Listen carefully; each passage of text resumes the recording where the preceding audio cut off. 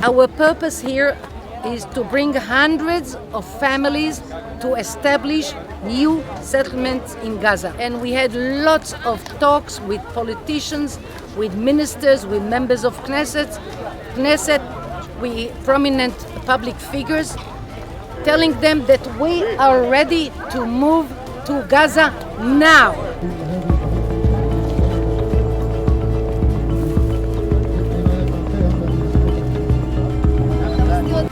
नमस्कार साथियों, गाजा को पूरी तरह से तबाह करने के बाद क्या अब इस्राइल की नज़र गाजा की ज़मीन के ऊपर टिकी हुई है? ऐसा हम क्यों कह रहे हैं? क्योंकि अभी इस्राइल के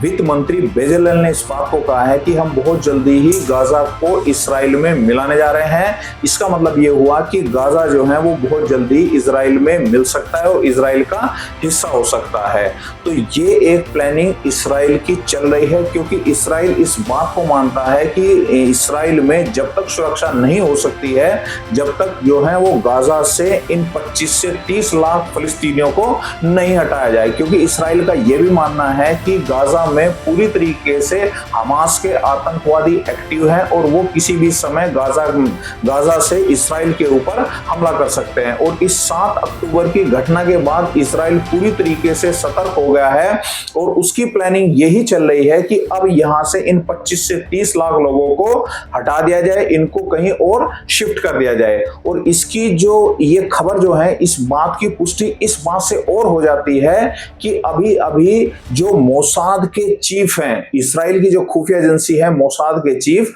डेविड बार्निया, वो अमेरिका के राष्ट्रपति डोनाल्ड ट्रंप के सामने उन्होंने एक बाकायदा पावर पॉइंट प्रेजेंटेशन दी और उस प्रेजेंटेशन में उन्होंने इस बात को क्लियर किया कि किस तरीके से इस्राइल जो है वो गाजा से इन 25 से 30 लाख लोगों को, फिलिस्तीनियों को वहां से हटा सकता है और इन फिलिस्तीनियों को वो दूसरे पड़ोसी देशों में, या इस्राइल की ये भी प्लानिंग है कि उन 25 से 30 लाख फिलिस्तीनियों को वो इथोपिया, लीबिया जैसे देशों में जो है वो शिफ्ट कर सकता है। और इस्राइल ने इस बात को भी बाकायदा कहा है कि जिन देशों में इन 25 से 30 लाख फिलिस्तीनियों को भेजा जाएगा, शिफ्ट किया जाएगा, बाकायदा इस्राइल जो है उन देशों की आर्थिक रूप से मदद करेगा। क्योंकि वर्ष 2005 तक इस गाजा में जो था वो इस्राइल की फौज लगी हुई थी और उसके बाद वर्ष 2005 में ही इस्राइल ने गाजा से अपनी फौज को हटा लिया था। और जब ये 7 अक्टूबर की घटना हुई, जब इस्राइल के ऊपर हमास ने हमला किया, इसके बाद अब इस्राइल पूरी तरीके से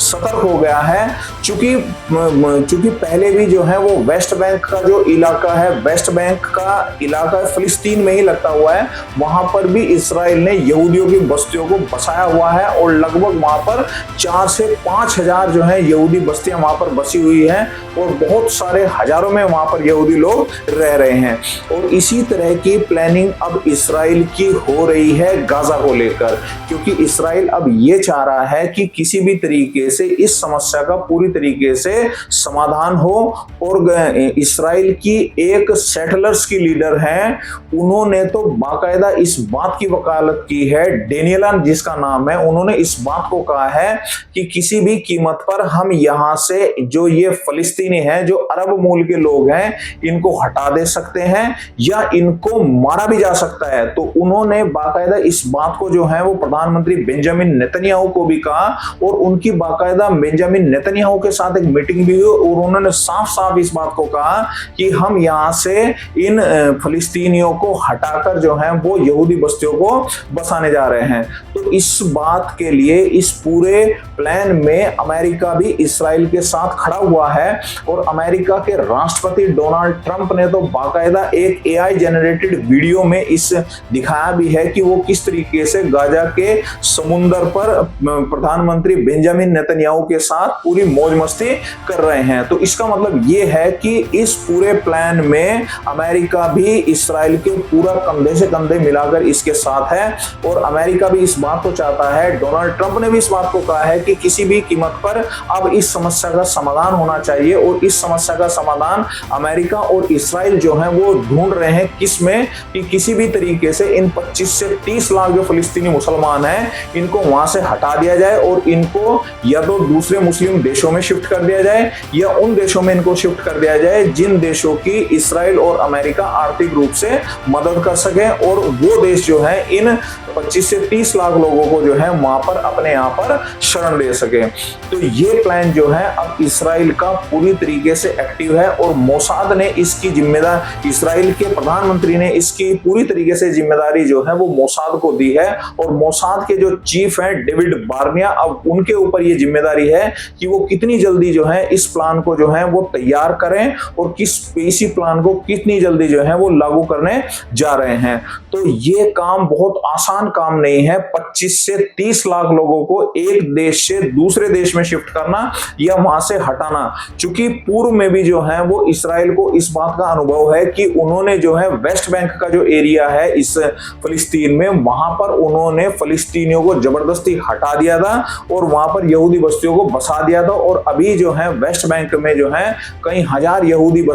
हजार जो है यहूदी वहां पर रह रहे हैं। तो इसलिए जो है इस्राइल के पास इस बात का अनुभव भी है, और हो सकता है कि इस समस्या का पूरी तरीके से समाधान इसी बात के साथ हो जाए कि वहां से कितनी जल्दी जो है ये 25 से 30 लाख मुसलमान और फिलिस्तीनी जो है वो वहां से दूसरे देशों में भेजे जाएं, जबकि दूसरे देश जो है इनको अपनाने के लिए तैयार नहीं हो रहे हैं। तो हो सकता है कि ये इस्राइल जो है किस कीमत पर करे और क्या इस्राइल को इस पूरे प्लान में जो है वो सफलता मिल सकती है, ये तो आने वाला समय ही बताएगा। उम्मीद है आपको वीडियो पसंद आई होगी। वीडियो को ज्यादा से ज्यादा शेयर करें, चैनल को सब्सक्राइब करें। धन्यवाद।